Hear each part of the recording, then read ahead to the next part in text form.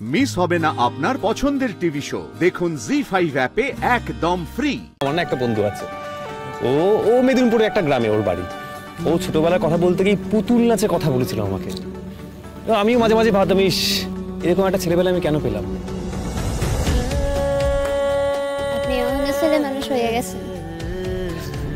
সেই জানো তো, মানে আমার না আরেকটা শখ আছে। ওই মাথায় করে নিয়ে যায় না, কি যেন বলে, ওই আরে বায়োস্কোপ, একটা বায়োস্কোপের মতন। হ্যাঁ হ্যাঁ হ্যাঁ, ওইটাই।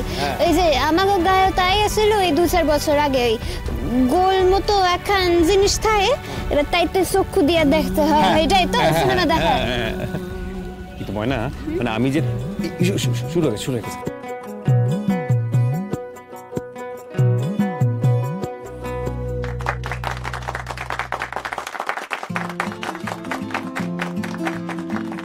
এই ময়না, পুতুল নাচ কিন্তু শেষ, বাড়ি চলো। চল। এসো।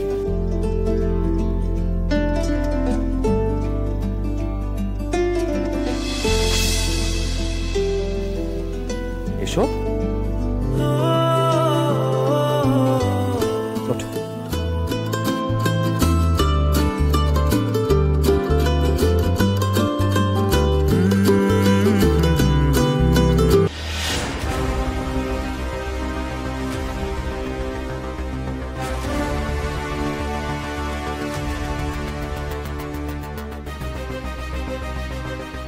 শোনো মাঝি, তুমি এবারে যাইবা আর ময়না ডাক্তার রে লইয়া আইবা।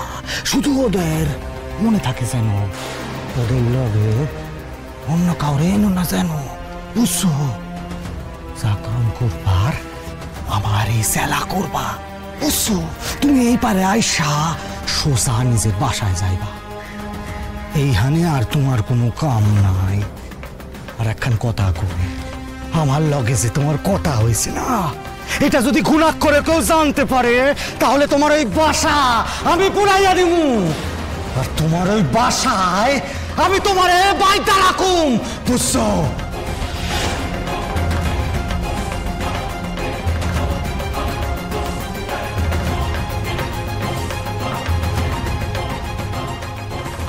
চলেন চলেন, খালি আপনারাই চল। সুধা, আমরা কেন গো? এই তো হেরা তো আছে, হেদারে লই এলো, ওরা তো যাইবো।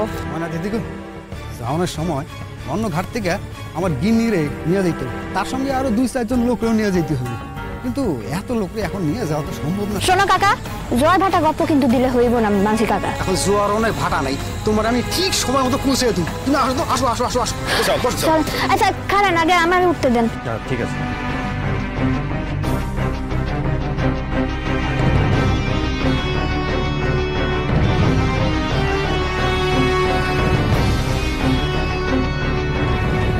দেখেছো ময়না, একবার চড়ি আমার কেমন অভ্যেস হয়ে গেছে। কোথাছিলাম কি মনা দিদি, তোমার আগে নামাইয়া দেই। এই যে কইলে তোমার বউরে লইয়া আইতে হইব তোমার শ্বশুর বাসা থেকে। হ্যাঁ কইছিলাম, কিন্তু যদি দেরি হয়ে যায় তাই কইতেছি। আচ্ছা বেশ বেশ, আপনি তাই চলুন। হ্যাঁ।